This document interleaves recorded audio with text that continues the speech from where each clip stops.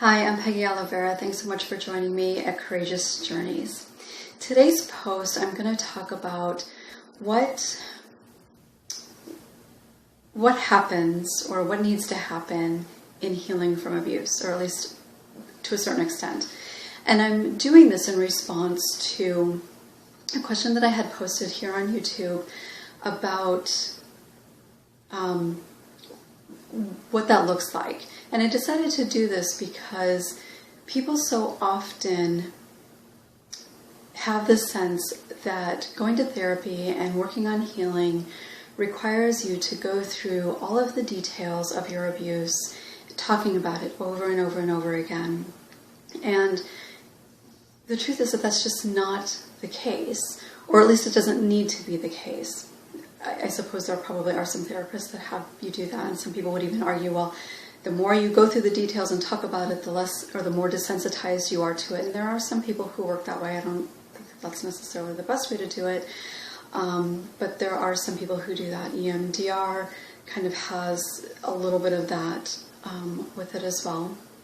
I'm not an EMDR specialist, but with me anyway, and from what I know about healing from sexual abuse, and I think that I'm certainly not the expert, and I'm not I don't possess any magic that helps people heal, but I will say that I think that I've been pretty successful in helping people on the path of healing. I mean, healing is something that takes years. So during their time with me, it's not something that just happens and then they're healed when they move on. Healing is an ongoing process. But from my perspective,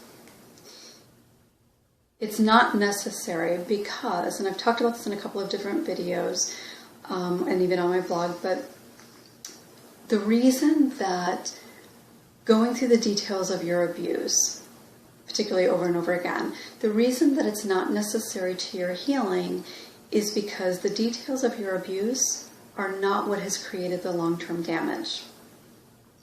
Okay. So, well, there's some little caveats to that. So if you are somebody who has flashbacks, and when I say flashback, I mean that there's something that triggers it, and that it could be anything, but you literally kind of feel like you're right back there, re-experiencing it. Not just a memory comes up, not just that you're reminded of it, not just that you find yourself thinking about it, but where you literally feel like you're reliving the experience. So you might feel some body sensations, you might feel pressure on your body, you might notice that you're smelling things that you smelled at the time, even though those things aren't there. Hearing things that you heard at the time, even though those things are not in your present circumstance. But it's literally reliving the experience. So if that happens for you, sometimes that is necessary to kind of desensitize yourself to that, to really kind of go over the...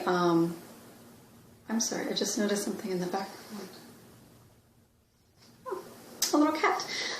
Sorry about that. Sometimes it is necessary to go over those details just so that you can let go of it, because flashbacks are really your mind's way of trying to process the experience. So you kind of keep reliving it, trying to process it. But when you're reliving it, it's kind of hard to process, so you need to do that with a therapist. So in that circumstance, sometimes it is important to talk about it very specifically and in detail.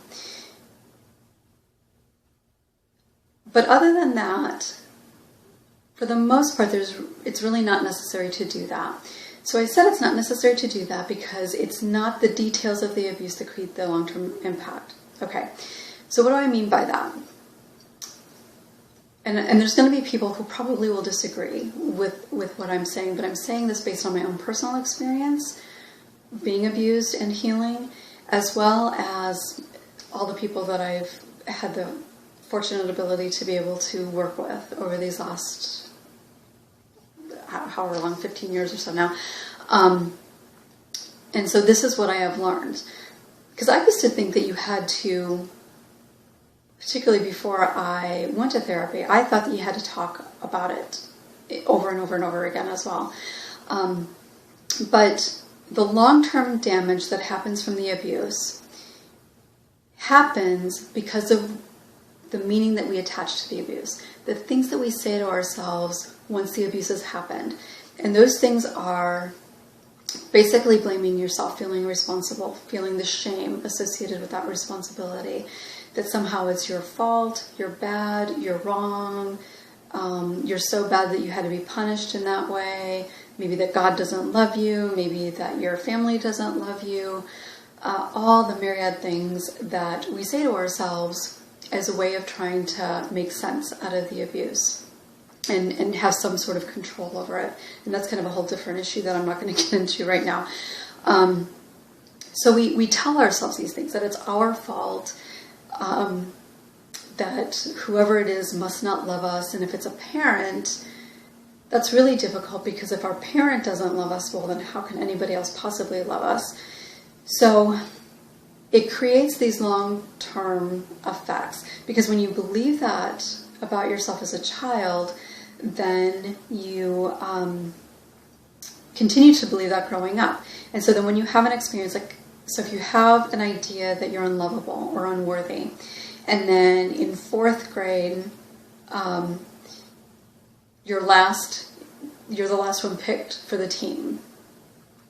Of course, it doesn't mean anything in and of itself, but you're going to tell yourself, well, I was the last one picked because I'm unworthy, or I'm unlovable, or I'm bad, or I'm not as good as, or whatever it might be. When you have your first boyfriend and he breaks up with you, or he cheats on you, or whatever, doesn't necessarily have anything to do with you, but you're going to say to yourself, it's because I'm not good enough, because somebody else is better, because I didn't do this good enough, because I'm a horrible person, because I'll never be happy, because I'm unworthy. So you tell yourself something to make sense out of the abuse, it becomes your belief. Then you have experiences in your life that you can point to and say that proves whatever it is you believe, which is not really proof of anything, it's just how our mind works. So you have these beliefs about yourself, and you carry these throughout your life unless you intentionally do something different about it. But you carry these beliefs at a core level, and often you don't even really recognize that you have those beliefs, but they drive your behavior, they drive your thinking, therefore they end up affecting how you feel, and then how you behave and how you feel, and it's a vicious cycle. So when I say the damage that happens from being abused isn't specifically about the abuse, that's what I mean. Yes, the abuse may have been, I guess, the catalyst to the damage, and certainly is a part of it, and like the foundation for it. But when you're healing, you heal the meaning that you attach to it. You begin to see, you attach a new meaning to it ultimately. And that's really what healing is about. So I know that I've probably created some additional questions, but the main point of this video was really to help people see that going to therapy and healing doesn't require you to go over and over and over the details of your abuse.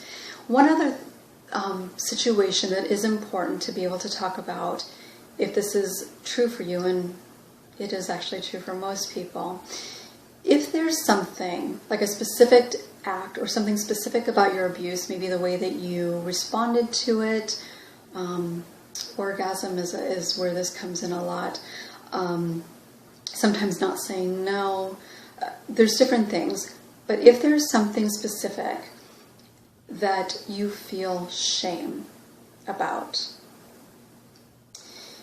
it is important to talk about that shame in therapy.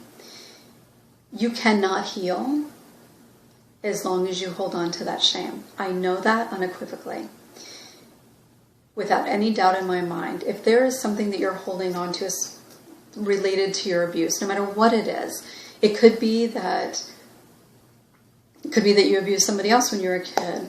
It could be that you had an orgasm during the abuse. It could be that you didn't say no. It could be anything, that there was somebody else who participated in it, that you still wanted to sit on his lap even after he abused you, whatever it is. If there's something that you feel shame for and you never talk about it, you cannot heal. So when I say you don't need to talk about the details, you don't. But if there is shame connected to some specific detail of the abuse, it is important to talk about that. But not going through the details, just in the context of where that shame is coming from, because you need to let go of that shame. So I think that that's it. Please let me know if you have any questions. Maybe it's raised some more. I'm happy to do another video. I'm also happy to respond to emails if you have questions. But I hope that this has been helpful. I hope it makes a little bit more sense. And I want to make it clear, this doesn't mean that if you're in therapy and somebody has asked you to go over details, that there's anything wrong with that necessarily. Doesn't mean that at all. People have different ways of working. This is just what I have found in my work with people over the years. This is predominantly what I do. About, I would say probably 90% of the clients that I've worked with over the years have had a history of sexual abuse. And so many of them have been able to let go of some shame and begin to see possibilities for their life that they never really knew might be available to them. So I've seen it work. I know that it's not necessary to talk about all of the details specifically, especially not going over them over and over again. So thanks for joining me. Let me know if you have any questions here on YouTube, courageousjourneys.com. I'll look forward to seeing you next time.